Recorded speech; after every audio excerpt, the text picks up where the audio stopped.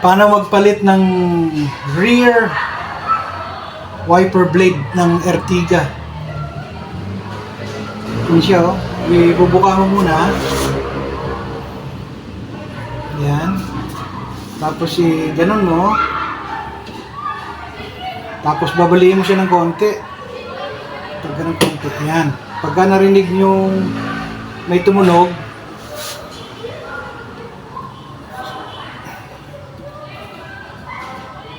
yan na siya. Tanggal na.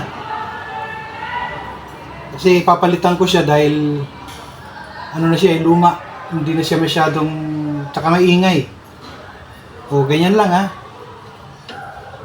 Balik natin ulit. Yan.